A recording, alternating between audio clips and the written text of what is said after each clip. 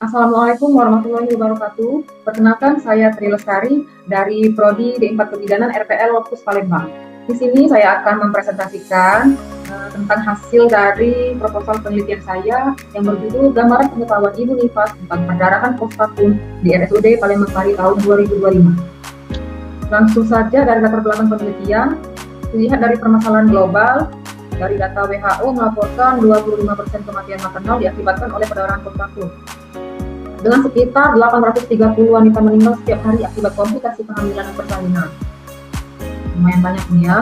Untuk situasi di Indonesia, ini angka kematian ibu di Indonesia masih jauh dari target SDGs, meskipun juga persalinan yang ditolong tenaga kesehatan meningkat. Penyebab utamanya adalah hipertensi dalam kehamilan dan perdarahan postpartum. Maka dari itu nanti akan kita bahas secara rinci ya di pembahasan.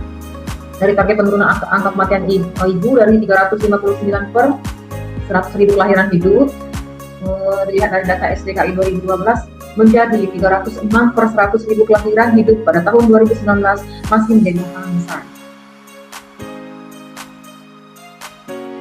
Langsung saja kita ke pembahasan. Untuk definisi perdarahan postpartum, di sini ya, perdarahan postpartum ini berasal dari tempat implantasi plasenta, robekan jalan lahir dan jaringan sekitarnya setelah bayi baru lahir. Batas volumenya itu untuk persalinan normal melebihi 500 ml. Untuk persalinan seksiosesaria ini 1000 ml. Jadi lebih dari angka ini, maka disebutlah dia perdarahan pervaginal. Ini batasannya. Untuk tanda bahaya kita lihat dari perubahan parentikal seperti kesadaran menurun, pucat, embung, berkeringat dingin, sesak nafas, tensi kurang dari 90 mmHg dan nadi lebih dari 100 kali per menit. Untuk klasifikasi perdarahan postpartum, di sini ada 2 poin, perdarahan primer dan perdarahan sekunder. Untuk perdarahan primer ini terjadi dalam 24 jam pertama sejak kelahiran. Biasanya disebabkan oleh atonia uteri, robekan jalan lahir, dan sisa sebagian plasenta. Untuk perdarahan sekunder terjadi lebih dari 24 jam hingga 6 minggu setelah kelahiran bayi, memerlukan pemantauan berkelanjutan. Jadi untuk klasifikasinya ya, ini ada primer sama sekunder, jadi ada rentang waktunya. Untuk penyebab perdarahan postpartum, nah ini kita lihat ya dari penyebabnya, ini ada 4 poin yang bisa kita lihat. Yang pertama yaitu tonus, contohnya seperti atonia uteri. Kemampuan uterus berkontraksi menyebabkan darah tidak dapat berhenti secara alamiah. Untuk atonia uteri ini ya merupakan penyebab 50-60% kasus perdarahan postpartum. Jadi yang paling banyak terjadi perdarahan postpartum ini adalah penyebabnya adalah atonia uteri. Yang kedua yaitu trauma. Trauma ini seperti robekan jalan lahir. Ini disebabkan karena bayi terlalu besar atau penggunaan obat pacu persalinan yang tidak sesuai aturan. Ini untuk kasusnya 4-5% kasus. Yang ketiga adalah tisu atau sisa jaringan. Sisa jaringan plasenta yang masih menempel pada uterus. Retensio plasenta menyebabkan 16-17% kasus. Sisa plasenta yaitu 23-24%. Ini lumayan banyak ya untuk kasus retensio plasenta ini sama sisa plasenta. Yang keempat yaitu trombin. Trombin ini gangguan pembekuan darah dari ibunya ya, gangguan pembekuan darah. Jadi kelainan faktor pembekuan darah seperti hemofilia yang menyebabkan darah sukar membeku. Untuk faktor resiko perdarahan postpartum, di sini bisa kita lihat ya, ada 3 poin dari faktor maternal, dari usia ibu yang beresiko yaitu kurang dari 20 atau lebih sama dengan 35 tahun, lebih atau sama dengan 35 tahun. Selanjutnya yaitu paritas tinggi, kelahiran jumlah anak yang tinggi, anemia berat, riwayat persalinan buruk, hipertensi dalam kehamilan. Untuk faktor kehamilannya seperti janin besar, kehamilan ganda, hidramnion, kelainan uterus, infeksi uterus. Untuk faktor persalinannya seperti faktus lama, faktus precipitatus, penanganan salah pada saat kelahiran, tindakan operatif dan anestesi yang terlalu dalam. Anestesi ini contohnya pada saat SC. Tanda dan gejala perdarahan postpartum. Tanda gejalanya bisa kita lihat di sini untuk perdarahan aktif, darah berwarna merah segar yang keluar dari jalan lahir. Untuk batasan darahnya dari 500 cc pada saat 24 jam pertama ya, perlu penanganan yang sangat ketat. Gejala sistemiknya seperti pusing, detak jantung tidak teratur, pernapasan cepat, dingin, dan penurunan tekanan darah. nyeri dan demam, nyeri perut yang sangat hebat, demam tinggi yang dapat mengidentifikasi infeksi. Perubahan kesadaran seperti mengantuk berlebihan atau bahkan pingsan akibat kehilangan banyak darah. Nah, ini contoh untuk periode pemulihannya ya. Di sini ada puerperium dini, remote puerperium, dan puerperium intermedial. Masa pemulihannya seperti ini. Nanti akan kita bahas lagi pada saat masa nifas berkelanjutan. Nah, selain dari itu di sini ada perubahan fisiologis pada masa nifas. Perubahan fisiologisnya ini bisa kita lihat dari 4 poin ini ya. Perubahan fisiologisnya. Untuk perubahan fisiologis masa nifas bisa kita lihat dari 4 poin ini. Dari yang pertama yaitu involusi uterus. Involusi uterus ini adalah kembalinya bentuk uterus, ditandai dengan penurunan ukuran dan berat uterus serta perubahan lokasi. Lokea ini adalah cairan yang keluar dari kemaluan itu ya. Ini bisa kita lihat ada tahap-tahapannya. Lokea rubra terjadi pada saat 0 sampai dengan 2 hari, manuelenta terjadi 3 sampai 7 hari, serosa terjadi 7 sampai dengan 14 hari, dan alba lebih dari 14 hari. Perubahan vagina dan perineumnya, tonus otot vagina kembali setelah 1 sampai dengan 2 hari, ruge vagina kembali sekitar minggu ketiga postpartum. Payudara, untuk payudara produksi kolostrum berlanjut ke ASI. Pemantauan integritas, pusing susu dan tanda-tanda mastitis penting dilakukan. Ada juga di sini adaptasi psikologis ibu nifas. Selain fisiologis, psikologis juga penting ya untuk dilakukan pemantauan. Di sini ibu nifas akan melewati 3 fase, yaitu fase taking in terjadi hari 1 sampai dengan hari kedua, fase taking hold di hari ketiga sampai dengan 10, fase letting go lebih dari hari ke-10. Nah, untuk di letting go ini ya sudah dalam fase menyesuaikan diri dan bisa menjalankan perannya sebagai ibu. Untuk di sini yang untuk taking in ini masih ibu merasa masih pasif terhadap lingkungan akibat kelelahan. Untuk taking hold ini ibunya masih khawatir akan ketidakmampuan dan tanggung jawab merawat bayi. Nah, selanjutnya adalah fase letting go yang seperti saya katakan tadi sudah bisa menyesuaikan diri dengan bayinya dan bisa menjalankan peran sendiri. Tanda bahaya masa nifas. Ini adalah tanda-tanda bahaya masa nifas yang perlu kita perhatikan, seperti perdarahan berlebihan, sakit kepala yang hebat, sesak nafas, demam tinggi, nyeri betis, serta gangguan BAK. Ini adalah poin-poin yang sangat penting kita perhatikan dan kita pantau pada saat memantau ibu masa nifas.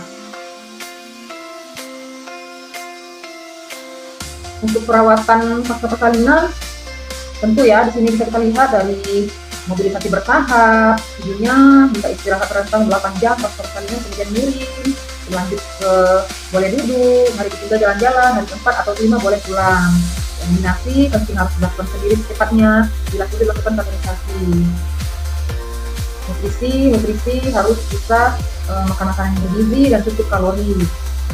Prioritaskan protein, sayuran-sayuran dan buah-buahan untuk pemulihan optimal. Jadi nutrisi ini penting juga ya untuk mengoptimalkan perawatan pasca persalinan.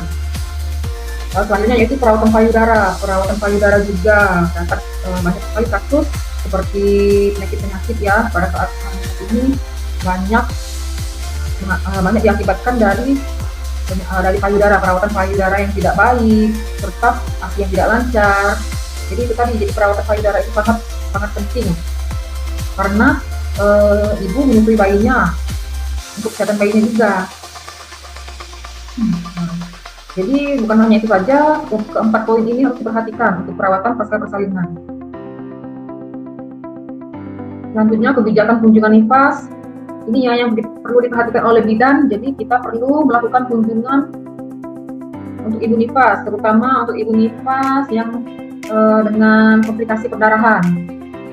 Kunjungan pertama dilakukan 6 jam sampai dengan 3 hari setelah persalinan, pemantauan awal kondisi ibu dan bayi. Kunjungan kedua rentang waktu 4 sampai dengan 28 hari. Kunjungan ketiga rentang waktu 29 sampai dengan 42 hari setelah persalinan untuk memastikan pemulihan sempurna.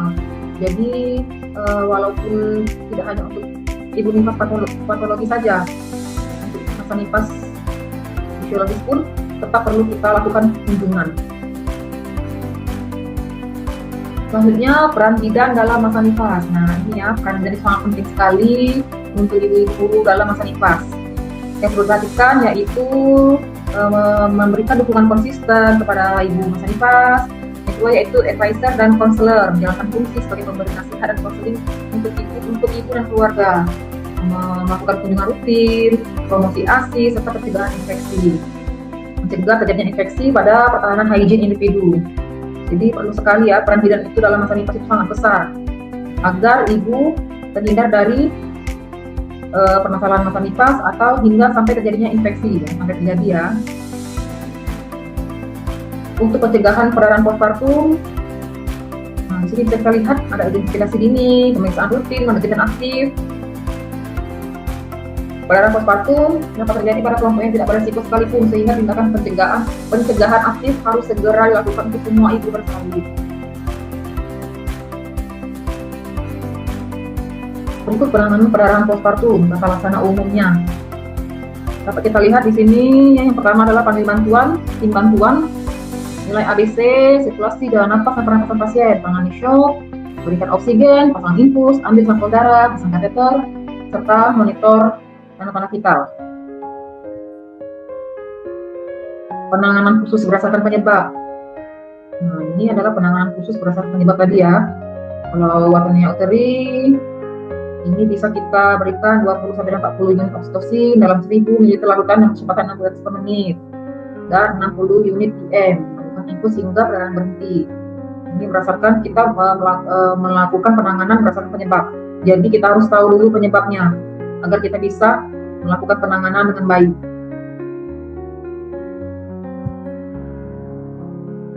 Nah, di sini ya yang akan kita bahas adalah di sini dari judul yaitu gambaran pengetahuan ibu. Nah, jadi pengetahuan apa saja yang harus kita perhatikan ya. Ini contohnya ya. Untuk kita pengetahuan, yang pertama yaitu tahu, mengingat kembali materi yang telah dipelajari sebelumnya. Memahami ini kemampuan menjelaskan dan menginterpretasikan objek dengan benar, aplikasi, analisis, sintesis, dan evaluasi. Jadi poin-poin ini sangat penting untuk mengetahui tingkat pengetahuan ibu. Nah, untuk faktor yang mempengaruhi pengetahuan, di sini ada umur, varietas, pengalaman, pendidikan, pekerjaan, dan minat. Rumusan masalah dan tujuan penelitian. Di sini rumusan masalahnya yaitu bagaimanakah gambaran pengetahuan ibu nifas tentang perdarahan postpartum di RSUD Palembang tahun 2025. Tujuannya yaitu ada tujuan umum dan tujuan khusus. Tujuan umumnya mengetahui gambaran pengetahuan ibu nifas tentang perdarahan postpartum di RSUD Palembang tahun 2025. Untuk tujuan umum yaitu 1. Mengetahui gambaran pengetahuan berdasarkan usia, mengetahui gambaran pengetahuan berdasarkan pendidikan, mengetahui gambaran pengetahuan berdasarkan pekerjaan, mengetahui gambaran pengetahuan berdasarkan varietas. Di sini ada 4 poin ya untuk tujuan khusus penelitian ini.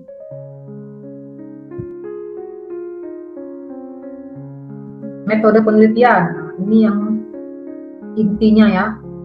Metode penelitiannya yang saya teliti dari rancangan penelitian deskriptif yang bertujuan mendeskripsikan pengetahuan ibu nifas tentang perdarahan postpartum di RSUD Palembang tahun 2025. Untuk populasi dan sampelnya, saya mengambil 20 ibu nifas yang bersalin di RSUD Palembang.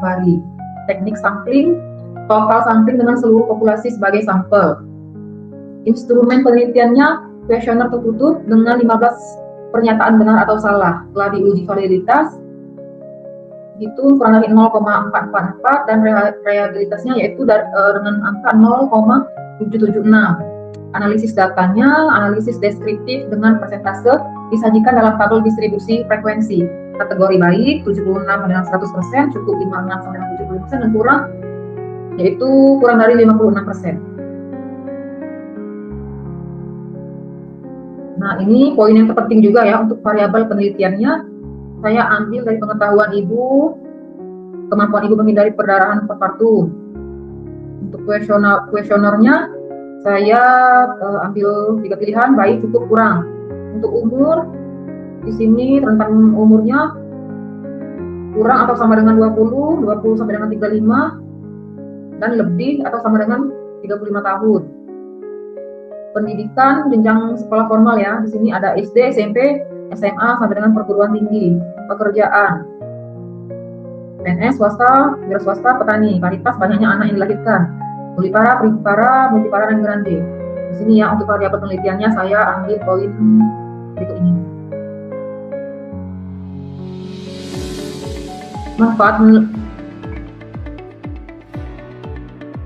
Manfaat penelitiannya tentu saja ya banyak manfaat untuk penelitian yang sudah saya lakukan, yaitu bagi institusi pendidikan menjadi tambahan sumber pustaka atau referensi perpustakaan Poltekkes Kemenkes Palembang.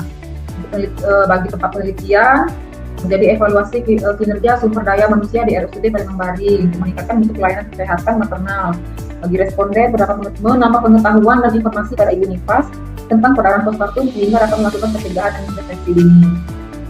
Bagi peneliti selanjutnya menambah wawasan dan mengemaskan ilmu pengetahuan di masyarakat, khususnya mengetahui pengetahuan ibu nifas tentang perdarahan postpartum. Etika penelitian. Nah, di sini terdapat beberapa poin ya untuk etika yang penelitian yang tentunya harus penting dilakukan sebelum melakukan penelitian hingga berjalannya penelitian. Yang pertama, di sini ada info concern, bentuk persetujuan, memberikan lembar persetujuan. Jadi ibu-ibu yang akan dilakukan penelitian ini kita mintai info concern dulu. Anonymity tanpa nama, yaitu jaminan dengan tidak mencantumkan nama responden pada lembar pengumpulan, hanya menggunakan kode atau inisial. Jadi untuk contohnya kode nama ibu seperti nyonya A, nyonya B, gitu. Jadi tidak mencantumkan nama untuk privasi ibu tentunya. Nah, ini untuk confidentiality atau kerahasiaan. Jadi di sini ya, ini etika yang sangat penting dilakukan untuk penelitian, harus ada kerahasiaan. Jadi tidak menjaga privasi ibu, tidak menyebarkan identitas ibu tentunya. Jadi ibunya terlindungi. Di sini ada respect for person, itu menghormati martabat responden sebagai manusia. Itu tadi ya. Jadi pentingnya kerahasiaan responden demi menghormati martabat sebagai manusia. Yang terakhir adalah benevolence dan justice, yaitu memaksimalkan kebaikan dan meminimalkan kerugian. Semua responden diperlukan secara adil sesuai prosedur penelitian. Jadi 5 poin ini sangat penting jika kita melakukan penelitian.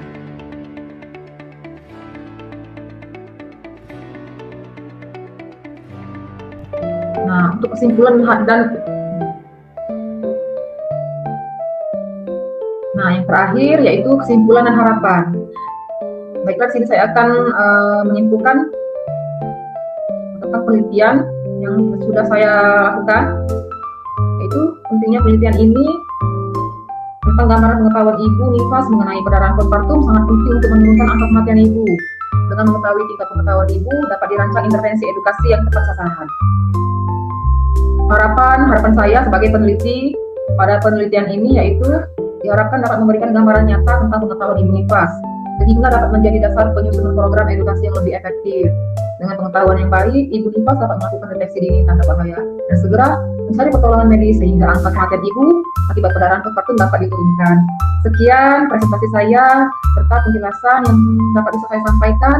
Mohon maaf jika ada salah-salah kata atau penjelasan yang kurang. Dan saya mohon ampun kepada Allah Subhanahu wa Ta'ala. Baiklah, saya tutup dengan wabillahi taufiq wal hidayah. Wassalamualaikum warahmatullahi wabarakatuh.